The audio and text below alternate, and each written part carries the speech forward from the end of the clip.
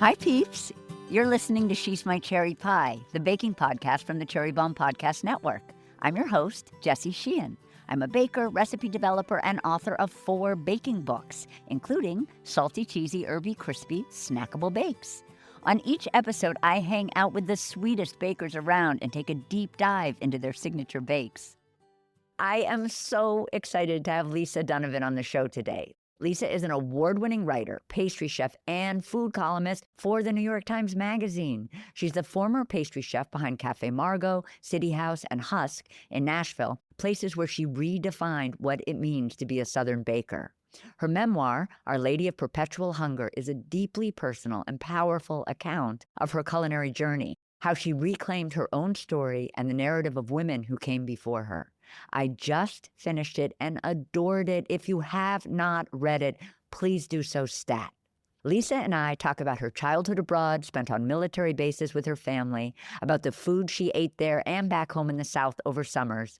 We talk about her grandmother's tortillas and how Lisa enjoyed them as a little girl, spoiler alert, with butter, honey, and salt, and about her kitchen notebooks where she took copious notes while teaching herself to bake in a variety of kitchens, a place that always made sense to her. Then we talk about one of Lisa's most beloved bakes, her strawberry cake. We chat about church cakes, aka Southern layer cakes, and the stories they hold, and about how strawberry layer cakes might just have the richest tales of all. If you've ever swooned over Lisa's sweets or been moved by her writing, you won't want to miss this one. Stay tuned for our chat. You can find today's recipe at cherrybombe.com. Thank you to Nordicware for supporting today's episode. Peeps, there's no reason to be frustrated by the wrong bakeware or confused by different coatings. Nordicware's Naturals collection is made from pure, uncoated aluminum. Each piece conducts heat rapidly and evenly, resulting in beautifully browned foods. Nordicware's non-coated aluminum is free of chemicals and coatings for healthy baking and is safe for use under the broiler.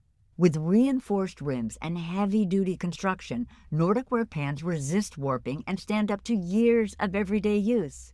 Whether you're baking cookies, roasting vegetables, or making sheet cakes, Nordicware pans have you covered. Love a sheet pan dinner?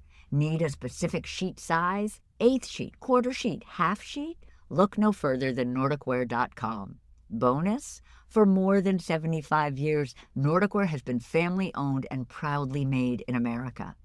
Nordicware is giving She's My Cherry Pie listeners 15% off any order at Nordicware.com. Just use the code CherryBomb15 at checkout.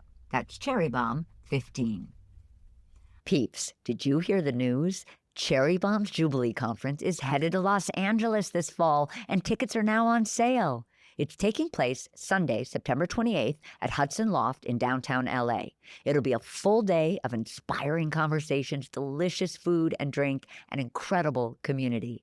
Since 2014, this one-of-a-kind gathering has celebrated the voices and talents of women across the worlds of food, drink, restaurants, and hospitality. Now it's LA's turn, and we can't wait to give the city the love it deserves. Head to cherrybombe.com to learn more and get your tickets. I hope to see you there. Let's chat with today's guest. Lisa, so excited to have you on She's My Cherry Pie and to talk about strawberry layer cake with you and so much more. It's so nice to be here with you. This is the sweetest thing. So you are a self-proclaimed Army brat, Yes. and you spent a lot of time as a child living in Europe on military bases, summering back home in the southern U.S. And I think it is fair to say that that time abroad was like truly the beginning of your love of food, or your introduction to one loving food. I read about many different things that you ate and loved, but European chocolate, the bread that you ate, the dense and rich cakes in Salzburg, I think, while you guys were living in Germany, and then the almond bonbons filled with booze. Oh my God. First of all, I love that you called it summering. That makes me feel They're trying to make it sound very fancy. It didn't feel like summering, but I'm going to think of it that way. Yeah, I was really fortunate. I mean, my mother hates when I talk about these things in this way, but I say it from a place of love. And we grew up in this very 70s, 80s household, and my mother was very much doing the best thing a mom could do at that time, which was like buy the cool packaged products. We were a Little Debbie house. We ate Hershey's chocolate. Like these weren't the kinds of things that we had in our home, even when we lived overseas. You know, I was born in Panama. We lived in Germany. You know, we were traveling Europe my whole childhood.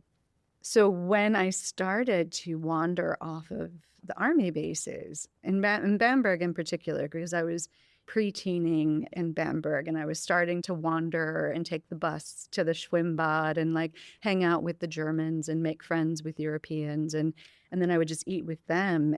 So that's kind of where it started. We would hit, you know, the bakeries and we would get broochen and we would go get ice cream, which is, you know, even the ice cream is different than the ice cream I'm used to. It just has a different flavor. It's served in a different portion size. It's on this very little baby cone, you know, compared to what Americans are used to. So I was getting this really fun, but super normal, not fancy, nothing like out of the ordinary experience with German food in particular. It feels like the combo of sort of this like artisanal bread and beautiful dark chocolate combined with Little Debbie's and Hershey's very much had a profound influence on your palate. Like all of that is very much part of you and your eventual baking style. Well, and for better or for worse, it's all very nostalgia based. You know, and I know that's like a crutch all chefs fall back on, but it is. I mean, I think most chefs of my age, and maybe in general, but I know my peers best and better than like younger chefs coming up or older chefs that came before me. Like my peers, I feel very confident saying like we all bake or cook or have taken to kitchens in a lot of ways. Not all of us, but a lot of the people I cook with, we're all trying to find something from our childhood. Yeah. I also loved reading about your mom. And you say she doesn't love it. I'm in no way saying anything derogatory at all about what your mom was making. And you said her food was the envy of the neighborhood. But like her fried bologna finger sandwiches, this one made me freak out. The frozen balls of watermelon floating in Sprite. Oh, she used to make this punch. She would like freeze fruit, and she always had like a ginger ale punch. She hosted a lot of things. She was a great hostess, which I learned so much watching her welcome people into the home. Like my dad joined the army, he dropped out of high school, joined the army as a private, and we were very scrappy enlisted people until about when we moved to Bamberg, and then we were all of a sudden officers. So we spent a great deal of our time just being soldiers in the army, and then all of a sudden we were officers, which meant my mom had to host coffees and events, and that I was always helping her with those. She just would come up with sort of these incredibly of the time, very accessible but delicious, you know, treats like spinach dip situations. I get it, but I still crave all of that and want to replicate it in its like sometimes homemade and sometimes not. I go to my grave saying I do love Cool Whip. I mean, I love to make something that doesn't have Cool Whip, but I like Cool Whip. Same. I also loved this because I too grew up on Chips Ahoy chocolate chip cookies, but no one ever warmed mine up for me. Yeah, that was my first, ridiculous to say, but that was my first like pastry chef endeavor. I had two, right? And I'm talking I was like 8. Right. And this is like, I would get the Chips Ahoy right out of the box and I would put 3 in the toaster oven and then I would eat one warm. And sometimes I would put like marshmallows between 2 of them and while they're steaming hot so that they would get a little melty. And then I'd have basically like, what were those whoopie pies? You know, melted marshmallows between 2 Chips Ahoy. And the other one, which is going to sound really gross, but still like, I think a lot of kids did this just in general, maybe just it was the 80s, I don't know. But we would, you know, most people ate white bread, you know, in the early 80s. Wonder we all bread, had Wonder bread, bunny bread. And it was some of the softest, sweetest bread. And I can remember we would make, in quotation marks, donuts. And we would get the crust off in our sweaty, little dirty 8-year-old hands that had just been in the dirt, you know, like flicking the fire ants off of us and stuff. We would come inside, take the crust off, roll the rest of the bread into our palms, our hot palms, until it became doughy, like and made a ball. And then we would roll that into cinnamon and sugar and eat it. And just eat it. And it tasted just like a donut. Oh my God, I love that. We'll be right back. Hi, everybody. Radio Cherry Bomb's Carrie Diamond here. I want to thank everyone who joined us in Austin, Texas for the kickoff of our Summer Tastemaker Tour. presented by the Visa Dining Collection by Open Table and Visa. We had a great lunch and panel discussion at the beautiful Commodore Perry Estate and caught up with some of our favorite food folks. Austin is such a great food city, and I am always happy to visit. Next up on our Summer Tastemaker Tour, presented by the Visa Dining Collection by Open Table and Visa, is Hudson Valley, New York, on Friday, July 11th at Wildflower Farms. The event is sold out, but if you got tickets, I'll see you there. Our stop after that is Willamette Valley, Oregon. We'll be at the Ground on Friday, July 25th for a magical evening in Oregon's wine country, featuring a panel conversation with Kelsey Glasser, Olivia Bartroff, Mariah Pisha Duffley, and Carrie Shaughnessy. And of course, we'll enjoy a beautiful meal, and there's a wine tasting experience with the legendary Maggie Harrison of Antica Terra. It's food, wine, and community, all under the Oregon sky. Access is available for eligible Visa cards. Terms and conditions apply. Find out more at cherrybomb.com and purchase tickets through Open Table. You don't want to miss it. Cherry Bomb's new issue, The Power Issue, is out now, and this issue has 4 incredible cover stars. Activist and author Gloria Steinem, Chef Mashama Bailey of The Gray in Savannah, Chef Restaurateurs Jody Williams and Rita Sodi of Via Carota and Barb Piccolino in New York City, and chef and culinary creative Sophia Rowe. The issue includes exclusive interviews with all of the cover stars, plus our first ever power list of the 100-plus women making the culinary world a more interesting, inspiring, and innovative place. You don't want to miss this edition of Cherry Bomb magazine. To get your copy, head to cherrybomb.com or stop by your local culinary shop or bookstore. You can find a full list of retailers on cherrybomb.com. Now back to our guest. Another food kind of memory of yours from childhood that I loved reading about were your grandmother's tortillas, which you've since written about for New York Times Magazine, how you would butter the flour tortillas made with like bacon grease evenly and then pinch of salt. And a little honey. Oh my And gosh. she would always put a chili pepper in it. And would you approve of the chili pepper? Or would you take it I out? mean, when I was younger, I didn't eat so many chili peppers, but she would always pickle her chili peppers, and she just had, she had an abundance of chili peppers in her home, like pickled and otherwise.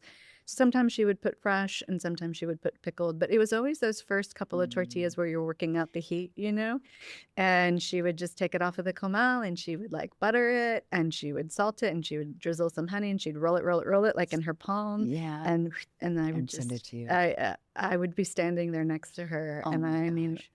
it's been great being in, currently we're in LA and I'm visiting, and it's been really great. She lived here. She grew up here, and in the South, it's a different kind of Mexican-American food happening in the southeastern United States, which is where I've lived for a long time.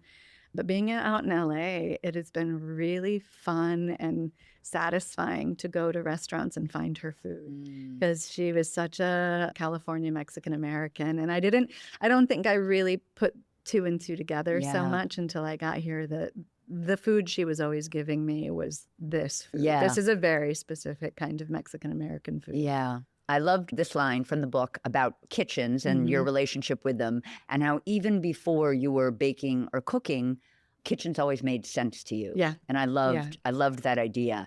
And it was when you were pregnant with your son that you first sort of got super into baking, going to the library.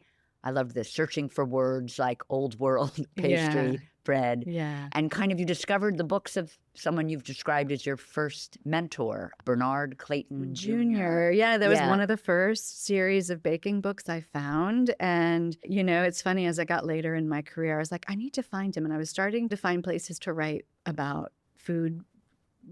People were letting me write, essentially. And I was like, I got to find this man. I bet he's still alive. And he wrote these really classic books where he would travel around Europe, and they were kind of, I don't know how under the radar they were at the time of them coming out, but most of them came out in the late 80s, early 90s, I'm pretty sure.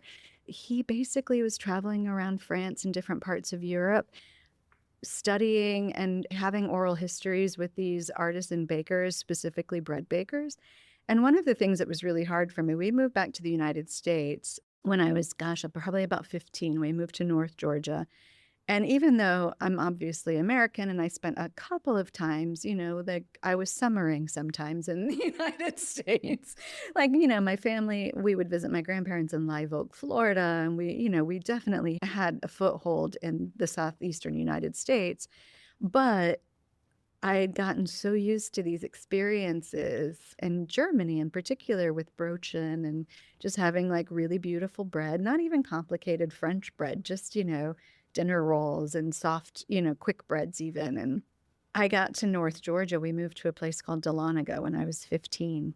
And as you might imagine, there was nothing there. There was I was really sad about not having access to certain foods. That's sort of when I would like to learn more about, or at least maybe that's where the want came from. And at the time I was studying pretty seriously. I was studying classical ballet pretty seriously. And so as you might imagine, like I wasn't eating a whole lot. I don't have really the frame of a ballerina. So I was having to work extra hard on my diet to sort of maintain the litheness that I think is expected. But by the time I found out I was pregnant, these little sort of leanings of like wanting to have that bread back in my life. And then because I was pregnant at 19, 20 years old, I guess I was 20 years old, I had permission to eat, in a way that I hadn't before. And I was like, oh, now I'm going to make some brioche. Yes. I'm going to eat. I'm going to make, and I just started baking. And all of my dearest friends would come visit from college and I would just make them these like carbohydrate feasts. And, that was when it started. That was when I discovered those books. They were just what was at my library. Tell us about your notebooks, your kitchen notebooks. My kitchen notebooks. Gosh, I have a lot of kitchen notebooks, and Food and Wine was really great and let me do this they did a really lovely spread of them. Gosh, I think now probably about, time's moving so fast, like 7 or 8 years ago now, but I used to keep all of these kitchen notebooks. I still do, but they were very articulate back in the day. And, there were times where my kids had to come to the restaurants. I raised 2 kids in the restaurant industry. And so sometimes my kids would come to the restaurant and I would hand them my notebooks to draw. And so a lot of these notebooks have my learning notes. They have my final recipes. They also have some drawings from my, at the time, 2-year-old, who was trying to learn how to be in a restaurant as a 2-year-old. And they're to me like relics, and I still find inspiration in them, and they're great memory recalls of a certain time in a certain place of what I was learning. At least what I interpreted too about reading about them, both in Food and Wine and in your memoir, is it was almost like your training. Yeah. You were your teacher. I was. And you were making yourself, just because you wanted to, take these copious notes about everything that you were learning and being inspired by. Yeah. I want to talk briefly about the memoir, and I want to talk about our recipe. But before I do want you to tell us about your buttermilk chess pie moment that I guess still extends to this day, because you're kind of known for that. It was the guy that, back in the early 2000s, it wasn't common or even, I think, a practice to, there were a lot of slices of torte. There weren't a lot of layer cakes and pies being served at restaurants of a certain caliber, right? Back in that day. And I think it's great to have an opportunity to talk about it, because I think it's very common now, but I think it can't be stressed enough that ain't nobody putting a slice of pie on a restaurant menu in 2005, and all of a sudden it's like I cannot imagine a world without it, but I know you're exactly right, because obviously I was around then. Yeah. It's incredible. I mean, unless you were in a diner or you were at a cafe or something like that. Or a bakery. But like you wouldn't complete a meal, a 5-course meal at a very, what might be considered a fine dining restaurant with a slice of pie.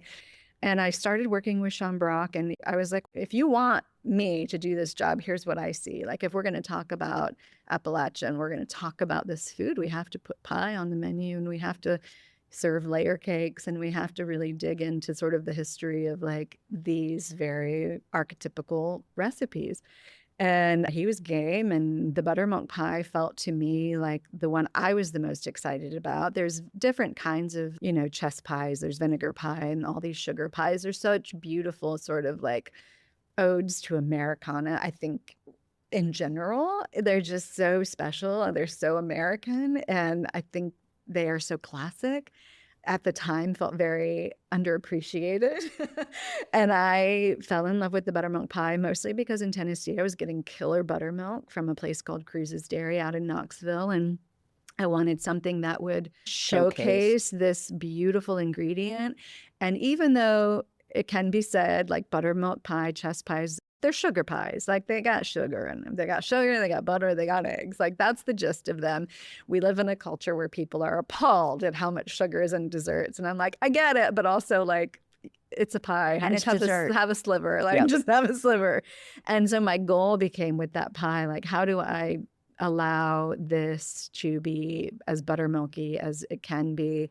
Some recipes, you know, there's like, even some of my published recipes, there's like a lot of lemon in them because I can't get quite a good buttermilk, you know, like you can't get a really, really special buttermilk that you would drink outright just as buttermilk, which people do. And if it's a good enough buttermilk, you would want to as well. I think people would be like, oh, I'd never drink buttermilk. But if you find a really beautifully made buttermilk, you will want to sip it. You'll want to drink it. So if you don't have that kind of level of buttermilk, well, yeah, maybe put a little more lemon zest in there. Maybe make it more of like a lemon buttermilk pie. But I was working with the best buttermilk, I think, probably, in my opinion, in the country. And I just wanted to showcase it. I got my pie crust right. And I had worked really hard to sort of make this easy pie crust that could be baked from frozen and not par baked, which was going to be impossible. I was making, you know, sometimes 20 of these a day. You were filling the frozen shells, Yes. not par baked, with the buttermilk. Yes, correct. And they were baking Yep. in the same amount of time that it took to set the filling? And the pie crust would be sharp on the bottom. How? Basically, I would adjust my heat. So if you start out with a frozen pie shell and you start out with a rip-roaring hot oven. Like 450? Yeah, I would preheat it to 475. Okay. And then I would put my pie in. Well, I would turn it down to 450, but I would get it as hot as I can. Convection? So like starting at 500? Yes, convection. And you want it hot because what you're trying to do is create this beautiful sort of alchemy that happens between your butter and your heat. It allows your crust to sort of take that heat and then your butter doesn't have any time to slack. And so you put it in a super hot oven, even like a loose custard pie, and then you turn it immediately down. So let's say, since you were using convection because you're in a professional kitchen, if we were at home, we would start at a 500-degree oven. The second it went in, we'd drop it to 475. No, I would drop it down to, so because I was working with convection, sorry, it's probably a little confusing, but I would start it at like 475. I would get it super hot, and then I would turn it down to its proper baking temperature. Which would be 350 for you for a custard For that pie? one, it would be 375. And then I would push it down again to like sometimes 325. Oh my gosh, that is genius, So I would Lisa. just keep staggering the heat so that it was just way easier than baking off par baking 30 pie shells. I don't know why, but, and I'm not going to use an expletive because I don't want to get in trouble, hate par baking. Yeah, same. All of it with Same. the rice and the parchment and then lifting it up and then taking it. I think it's now more common practice for pie crust to be basically like a rough puff. But at the time, like I was starting to experiment with, and Erin Jean McDowell and I have talked about this, but like what she and I make, both of our pie crusts are very similar. And all of my pie shell baking, I was not satisfied with traditional pie crust methods. Yeah. I liked the ratios, but the methodology just didn't work for me. So I started trying to figure out, how do you do this? And I think around like 2007, 2008, I realized if I do frizzage, which is actually a rough puff method technique, if I actually do frizzage with the pie dough, Southern pie dough ratios, I think this is going to work. And it did. But then I had to figure out on the back end, how do I bake this? Because it wasn't quite taking to the right temperatures. I wasn't baking puff pastry. I was filling it. Then it took me a little more time to figure out how I wanted to bake it. And then I did have to find something for efficiency because I was teaching sous chefs and kitchens how to do this in my absence, or because I can't be there 24 hours a day. That was my best method, was basically working with the temperature of both the dough and the oven in order to get that sturdy bottom And also still I like, which not every baker likes, but I like the sturdy bottom and then a little bit of, I won't want to say doughy, but that little in between The filling and the space where bottom. the filling and the top of the inside of the pie dough sort of meet and it becomes just a little gummy. I Yeah. love that. I really love that. That wasn't a sacrifice for me. That was actually, if you can make sure that your bottom is super crispy and your sides are all set and crispy and beautiful, and you can get that little chew. Little chew between I the bottom of love the it. filling Yeah, and the top and of the bottom of the that's crust. right. Love that. Yeah. Love that. Just tell us briefly Yeah. about Our Lady of Perpetual Hunger. One thing I was interested in was, were you approached to write your memoir, or you just wanted to write your memoir and then you found someone to help you bring it into the world? Well, so I had been writing. I'd been writing some stories. You know, I had written this story, an essay that I had gotten a little bit of traction early on, basically about discovering MFK Fisher and how to cook a wolf specifically while I was a nursing mother baking. You know, that was 2004, and I was literally slinging pies out of the trunk of my Volvo. And it was not the era of that being a common sort of thing to do.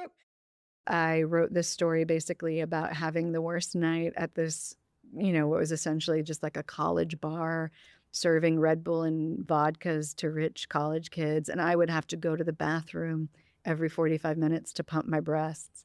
And it's a story about that. And that was one of the first sort of things. I had an agent also that was sort of helping me wait for the right moment to talk about selling a book. I'd also written about masa and my grandmother's tortillas, and I had done that through the Southern Foodways Alliance and had gotten some personal food essays published through them specifically. There's a long form narrative style that I definitely occupy, whether I like it or not. That's very personal and very, very much connected to sort of why I've cooked and how I've found my way in the world. And then I won the James Beard for an essay that I wrote for Food and Wine magazine just about the state of the world. It was right when the Me Too movement was coming up, and Kat Kinsman was my editor there. And it was in response to some things that were sort of going on in general in the United States, but specifically about some things that had been happening in the southeastern United States, and I had bore immediate witness to, that I had finally was like, I can't not say what I see. And then after that, to answer your question in a very long form way, that was the moment. Yeah. That was the moment. Yay. Such an incredible. I Yeah. love reading it so much. Thanks. All right. Now, finally, we are going to talk about your strawberry cake. So you write about this cake. The strawberry cakes, or layer cakes, are included in a category of cakes called church cakes, which are Southern staples.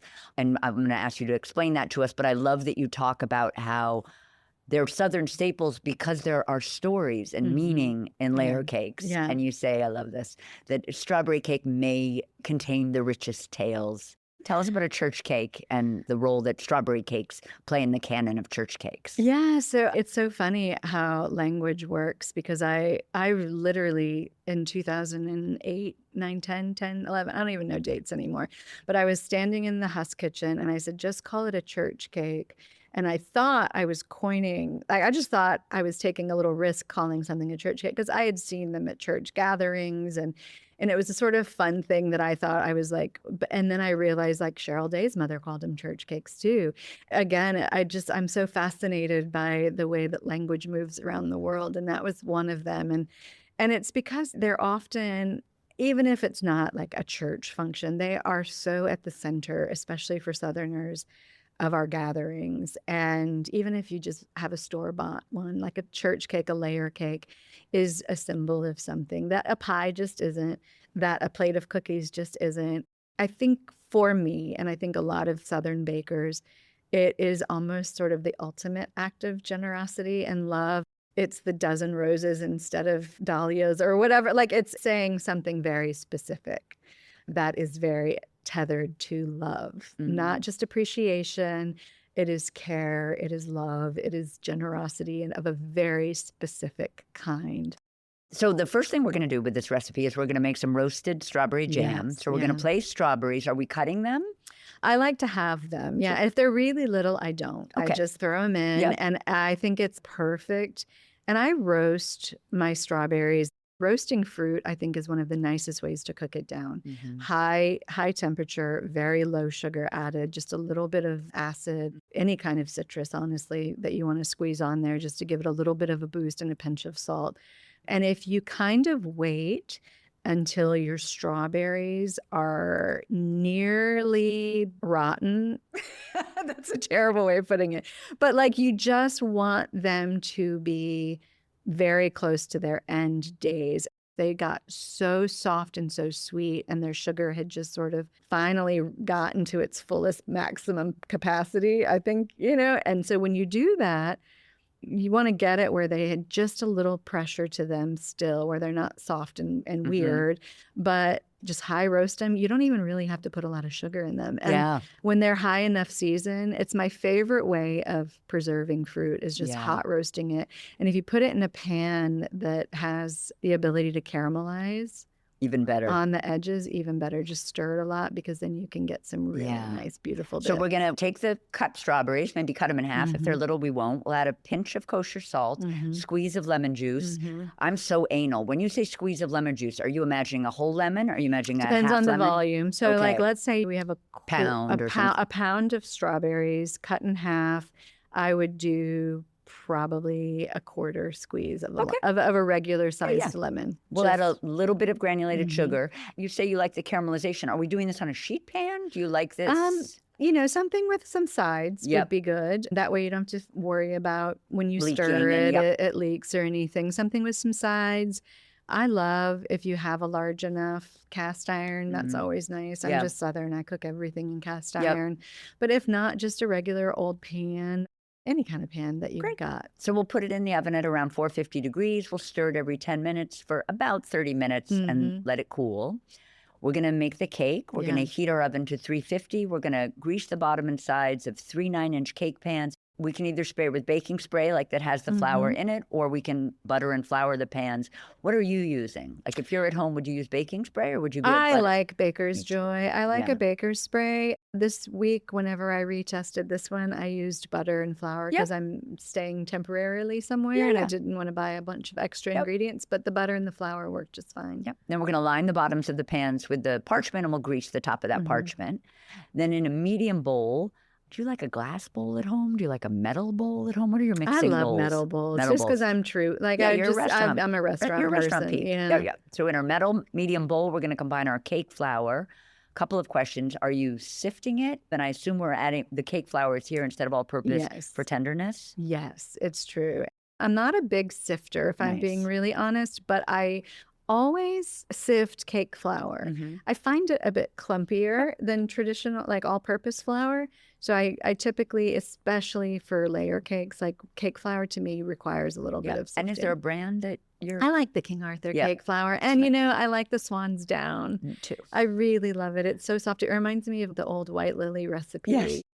We're combining our cake flour. We're going to sift our pulverized freeze-dried strawberries. So I had a couple of questions about that. I assume we're pulverizing in a food processor? Yes. And is there a brand? I just grabbed whatever I could find. Yeah. Luckily, right now, it's such a popular snack, freeze-dried fruit. Yeah, that you can find them You can find it pretty easily. And you're sifting them because you I know we're going to add these bits when we actually make the frosting, but for now, you like to sort of get out those little bits that don't get quite fine enough. I worry, I think about the baking process being a bit too rogue. And then we're going to whisk also some baking powder, kosher salt, and baking soda. And I wondered why soda here. Well, because I used to do this cake with buttermilk. And the buttermilk needed a little bit of baking soda. And then I just sort of kept it in because I worried about the acidity from the strawberries. So I just left it to be sure. I now make this with whole milk because I do think it needs a little bit of a lighter thing with the strawberries being in there. But I kept the baking soda because I just didn't feel confident that it still didn't have too much acid, something else in the strawberries. And I love this. The freeze-dried is just because we're already going to be adding some of our roasted all of our roasted strawberries to the cake batter. The freeze-dried is just to pop that strawberry flavor a bit more. Yeah, and the color. You know, the color is really what I was sort of looking for. And it does help with the flavor. Yeah, It really love does. that. So then that's our dry ingredients. And in a large measuring cup, 2 cup, 4 cup? 2 cups should be 2 cup. good, yeah. It's a kind of standard-ish measuring cup with a spout. We're going to combine, obviously, our roasted strawberry jam is room temp now. Yes. Room temp whole milk and vanilla paste. And we're going to set that aside. I'm assuming you could sub-extract, but Yeah, you paste can. is going to... Paste is delicious. Paste is so good. You know, and those bottles last a while. I know they're pricey. And again, use vanilla extract as you need or leave it out if you need. But vanilla paste is so, it's so beautiful. special. I love it. Then in a bowl of your stand mixer with your paddle attachment, we're going to cream room temp salted butter. So crazy and delightful. Why salted? You know, I started picking up this habit. I've been baking in France a lot these last 4 years, and I've worked with now 3 different bakers. You know, French bakers, they just use salted. Of course. They just use salted butter. Of course. And they're like, unsalted, why would you? And I have noticed that there's something, and I know we like to control our salt, and I know all of those details are true. There's something a little more complex. I notice when I use salted butter and add my own salt still, that just rounds it out. Would you feel like you were adding slightly less of your own salt? Just slightly, though. Slightly, but just my slightly. desserts, if I'm being really honest, since the beginning have been salt forward. I'm like a saltaholic. Yeah, so they have been one of my biggest champions and letting things be simple. So we're adding salted butter, which I love, and granulated sugar on medium high until well combined. And I love this adverb, and incredibly fluffy, not just fluffy, but incredibly so. For 3 to 4 minutes, scraping sides and bottoms of the bowl. We're going to add some room temp eggs, one at a time, beating well, scraping after each addition. After the last egg, we'll scrape once more. We'll turn the speed up to medium high and beat until fluffy, 3 to 4 minutes. Then we're going to add 1/3 of our dry ingredients with the butter mixture, mix on low to medium until incorporated. I love all your scraping instructions. We're scraping again. I remember Very important. Yeah, I've talked about this before on the pod, but I remember in my first and only bakery job being told about the nipple in the bottom of the Hobart. You have to and get that you the had nipple. to get in there and scrape around your nipple. The best thing to do, you know, and this feels really vulgar maybe, but like get the rubber bench scraper. And if your hand is not all the way in the bottom of this and you have to like get the batter off your hand because you've scraped so much of the bottom. Exactly. So then we're going to add 1/3 of our wet ingredients, scraping well, and continuing this way, scraping well after each addition, repeating twice more until we end with the wet, scraping again. Then the food coloring is optional, but if we wanted to add it, we could add it now.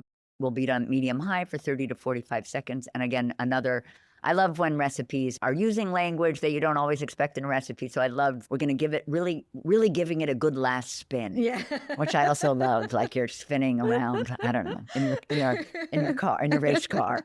Then we're going to divide the batter evenly amongst our 3 prepared pans. We can use a scale if we want it to be uniform. We're going to bake until a cake tester inserted in the center comes out clean. So I had 2 questions. First of all, I assume in restaurants you probably weren't even using a tester. It was just eyes, smell. We had little cake testers. And what were they? Would they be toothpicks? Would they be metal? We have metal cake testers, And this was my other question. I like to pull with a moist crumb because I live in mortal fear of a dry cake. Well, and it's still cooking when it comes out. But I sometimes feel like the metal is too smooth to grab my crumbs. And so I want like I use almost like big wooden skewers just because there's something about the roughness of the wood that I feel like is pulling. Yeah. But to your point, it's mostly smell and touch. Yeah. You know, you can just touch the top of it and feel, you know, I agree with you. I like to try to pull it about 30 seconds to a minute before it's actually done. Yep. And then that way it's the residual heat's just finished cooking wherever it's cooling. And I love that you give us all these like indicators. It's going to be our cake tester, but it's also going to be lightly colored. Yeah. It's going to bounce back when touched in the middle, about 25 to 30 minutes. And I also love that you're a rotator. I'm a rotator. We're going to rotate our pans on the racks midway through. It's so interesting just interviewing all the bakers that I do. There are a lot of peeps who do not rotate. Yeah. I was just trained that way, so I can't imagine. I don't care if someone told me their oven was perfect. Yeah. I would still rotate. I'm a futzer. I believe that getting out of the way and patience are the best 2 strongest ingredients in any baking.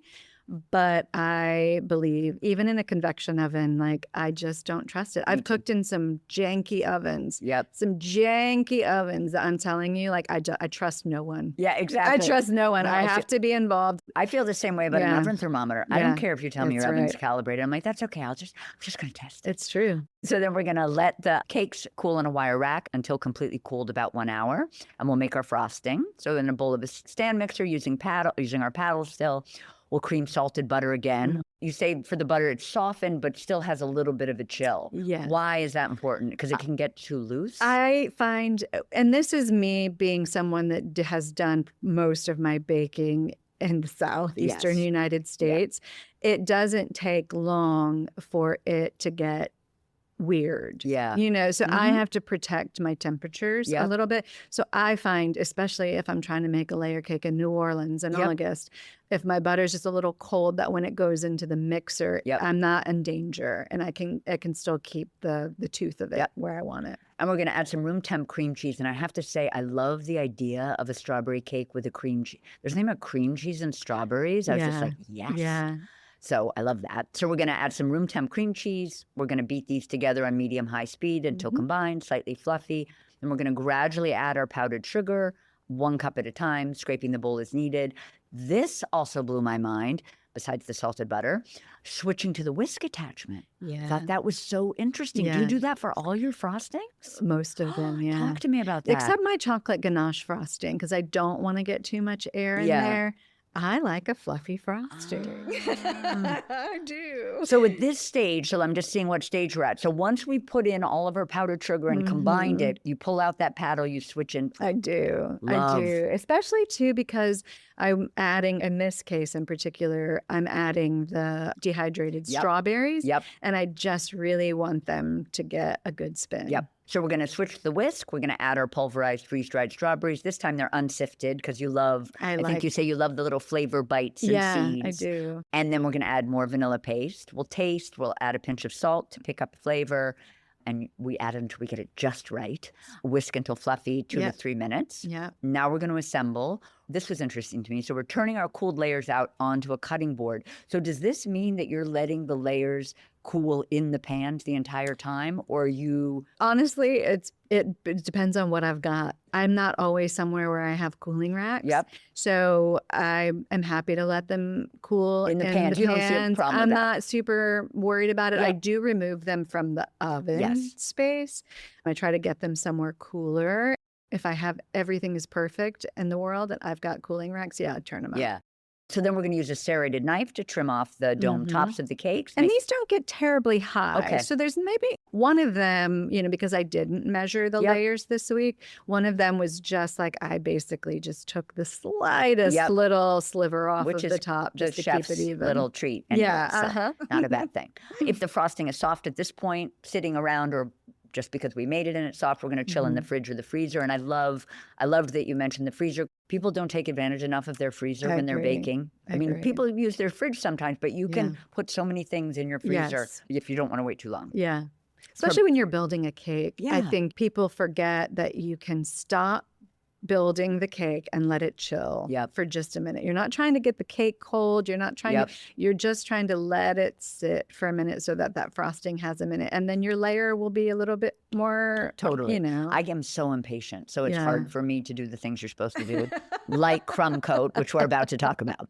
We're going to place 1 tablespoon of frosting in the center of our serving platter or our cake boards. And we're going to top with one of the cake layers cut side up. Probably if we hadn't cut off the dome, we would flip them, or if there was just like a teeny bit of a dome and we were just flipping if we were lazy. But it's cut side up. We're going to frost with, is it basically like a third between? Yeah, I'd say maybe a little less, maybe.